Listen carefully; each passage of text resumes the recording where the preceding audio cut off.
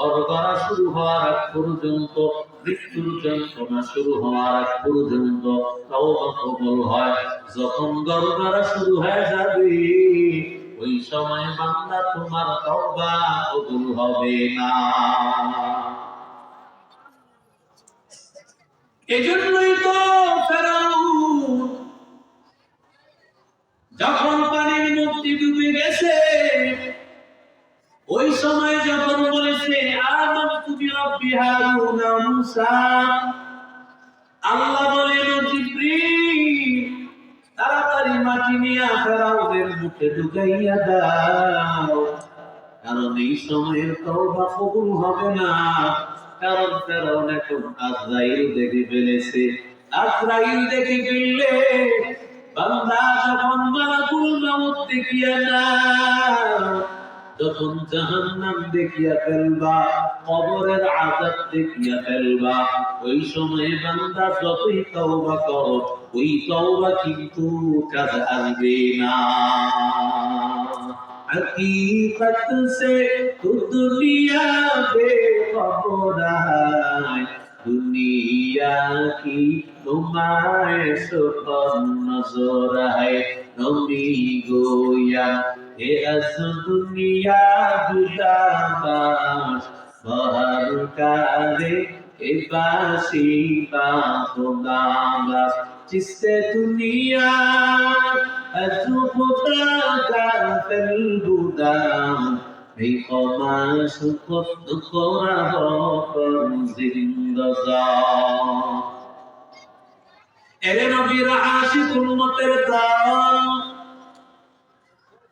আল্লাহ তাআলা যদিও তোমার দেহ দান করেছে, হাত দান করেছে, জবান দান করেছে, মনে করবা দেহ আমার, কিন্তু বান্দা না, দেহ আমার আল্লাহ দান করেছে, হাতটা আমার আল্লাহ দান করেছেন, পাটা আল্লাহ দান করেছে, জবানটা আমার আল্লাহ দান করেছে।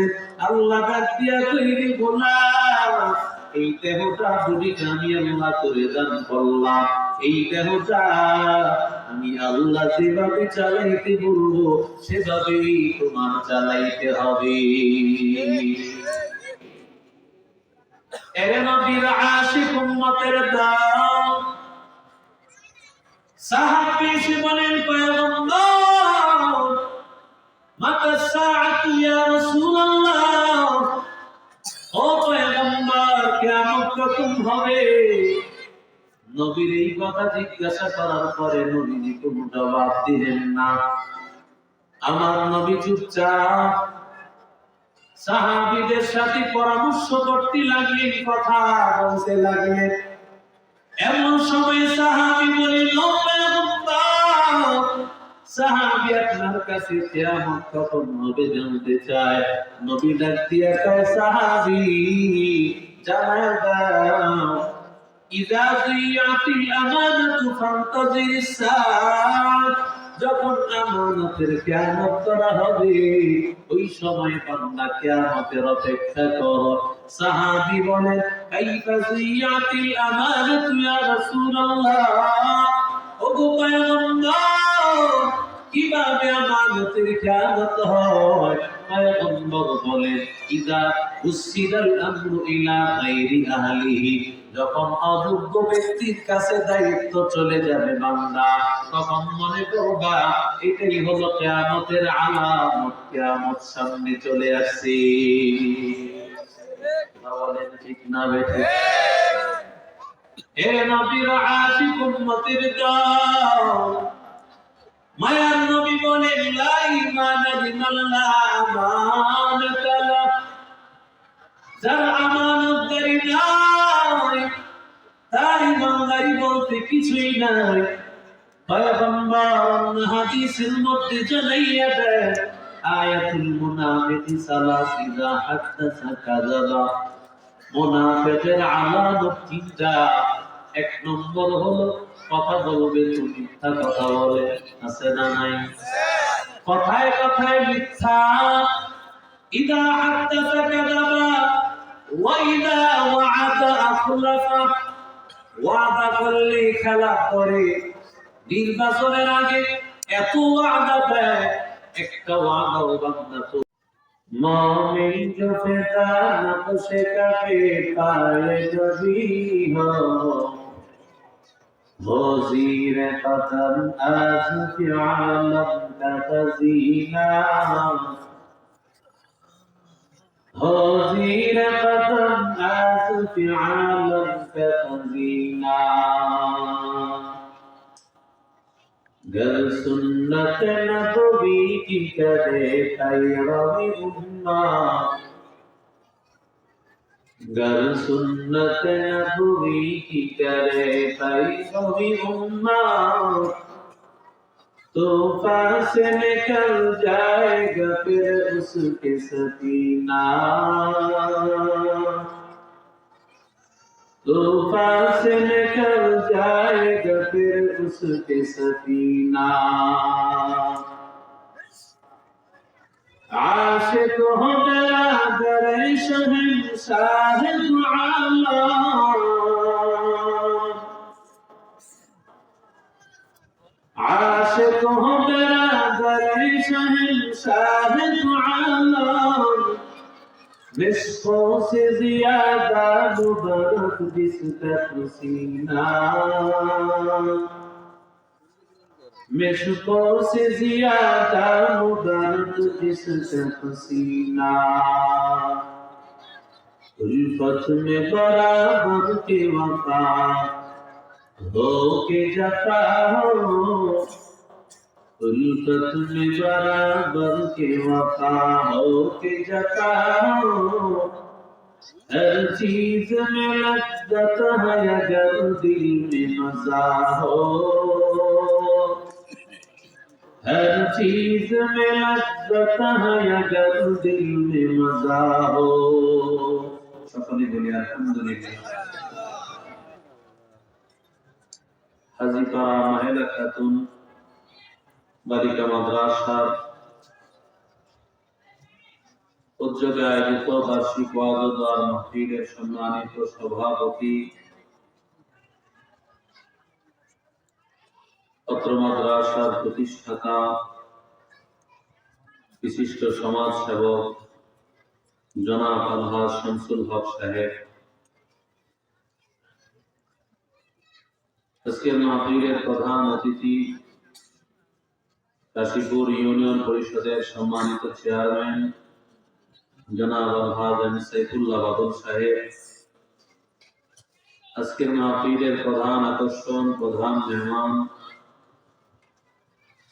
বিশ্বনন্দিত জননন্দিত মুফাসসিরে কোরআন সুলতানুল ওয়াইজিন হযরতুল আল্লামা হযরত মাওলানা খালেদ সাইফুল্লাহ আইয়ুবী হাফিজাহুল্লাহ আলোচনা করবেন ঐতিহ্যবাহী জামিয়া কাসিমুল উলুম মাদানিয়া মাদ্রাসার সম্মানিত শেখুল হাদিস হযরত মাওলানা মুফতি আব্দুস সবুর কাসিমি হাফিজাহুল্লাহ,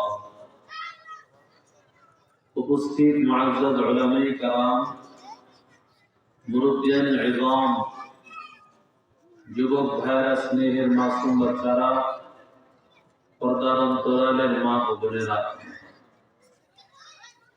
আল্লাহ তাবারক ওয়া তাআলার আলিশান দরবারে কালিমাতুশ শুকর জানাই যে আল্লাহ আমাদেরকে আজ পর্যন্ত হায়াতে রেখেছেন, সুস্থ রেখেছেন, দিল ও দিমাগ ভালো রেখেছেন। কোরআন হাদিসের মজলিস, আল্লাহ ওয়ালাদের মজলিস, আশিকিন, জাকিরিন, শাকিরিন, মুহিব্বিন বান্দাদের মজলিসে আল্লাহ আমাদেরকে আসা বসার, কিছু কথা এবং বলা শোনার মতো তৌফিক দান করেছেন। দিল থেকে কালিমাতুশ শুকর জানাই আলহামদুলিল্লাহ।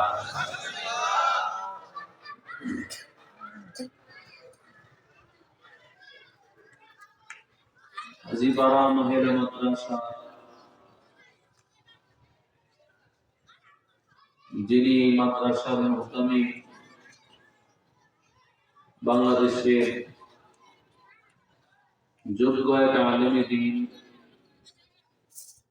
বহু মাদ্রাসার শেখুল হাদিস, কাশীপুর মাদ্রাসা পাবনা এক মাদ্রাসার শেখুল হাদিস মুহতামিম, নরসিংদী এক মাদ্রাসার শেখুল হাদিস মুহতামিম। আল্লাহ তাআলা ইলমের এক জাহাজ বানিয়েছেন। আল্লামা আব্দুল আউয়াল সাহেব হুজুরের সুযোগ্য জামাতা। মানুষ বড় হলে তার নসল সবকিছুই বড় হয়। আল্লামা মুফতি আব্দুর রহমান কাসিমি হাফিজাহুল্লাহ তার প্রতিষ্ঠিত এই সুন্দর ফুলের বাগান, যেখান থেকে প্রতি বছর আমার আপনার সন্তানগুলো দুনিয়ার লাইনে পড়াশোনা করলে হয়তো বা দিনদার হতো না, যে সন্তানগুলো বিপথে চলে যেত, এমন একটা প্রতিষ্ঠানের উছিলায় বহু মানুষ কোরআনের পথ পেয়েছে। আর একটা মহিলা দিনদার হওয়া মানে হলো ওই মহিলার স্বামী দিনদার হয়ে যাওয়া। একজন মহিলা দিনদার হওয়া মানে তার সন্তান দিনদার হওয়া। একজন মহিলা দিনদার হওয়া মানে তার নাতিও দিনদার হয়ে যাওয়া। তার সংস্পর্শে, তার চালচলনে ঘরের মধ্যে অন্য যে মেয়েরা আসবে, জাল আসবে, ননদ থাকবে, এরাও তার দিনদারি দেখে দিনদার হয়ে যাবে। কথা বলেন ঠিক না?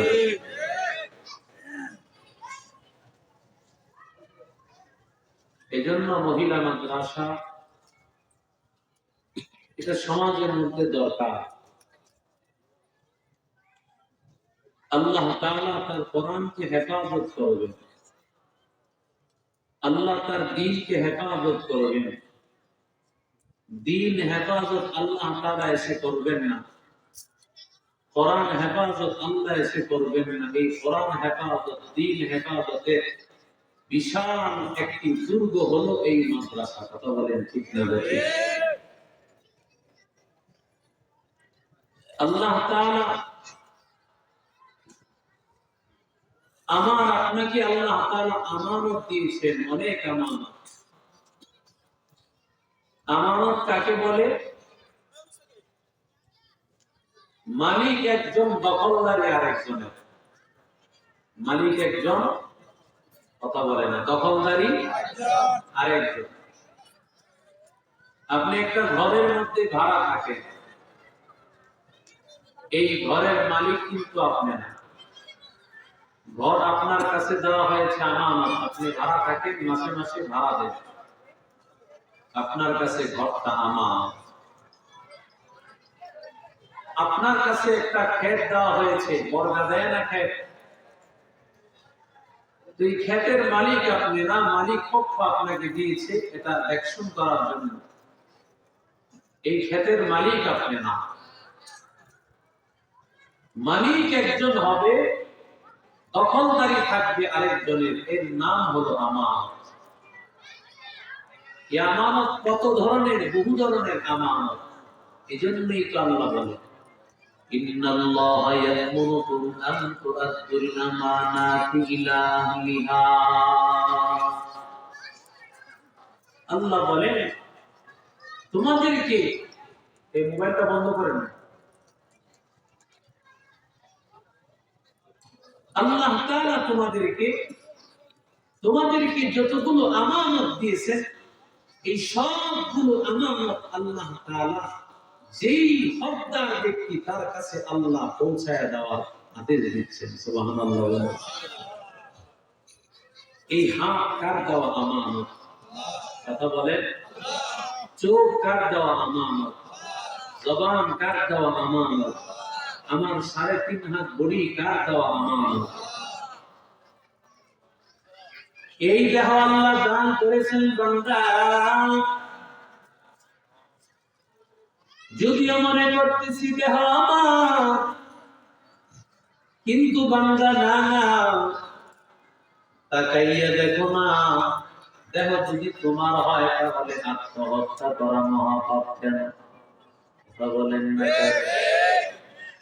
আত্মহত্যা করলে উলামায়ে কেরাম বলেন তার জানাজা সমাজে ভালো ভালো ব্যক্তিরা করবে না, বরং সমাজের সাধারণ মানুষেরা তার জানাজা করে নিবে। কেন বান্দা? যেই লোকটা আত্মহত্যা করলো, এমন যেন আর কেউ আত্মহত্যা করতে না পারে। এর আল্লাহর বান্দারা, আত্মহত্যা কেন মহাপাপ, কেন মহাপাপ? কারণ অন্য অন্য যত অপরাধ হোক, ওই অপরাধের আগে বান্দা কোনো না কোনো ভাবে তওবা করার সুযোগ আছে। কিন্তু বান্দা যখন আত্মহত্যা করতে যায়, আল্লাহর বান্দা যখন আত্মহত্যা করতে যায়, যখন তার গলার মধ্যে ফাঁস লেগে যায়, ওই সময় কিন্তু বান্দা তওবা করতে চায়, কিন্তু না, ওই সময় তওবা কবুলের সুযোগ নাই। আল্লাহর নবী বলেন, ইন্নাল্লাহা ইয়াকবালু তাওবাতাল আবদি মা লাম ইউগাররির।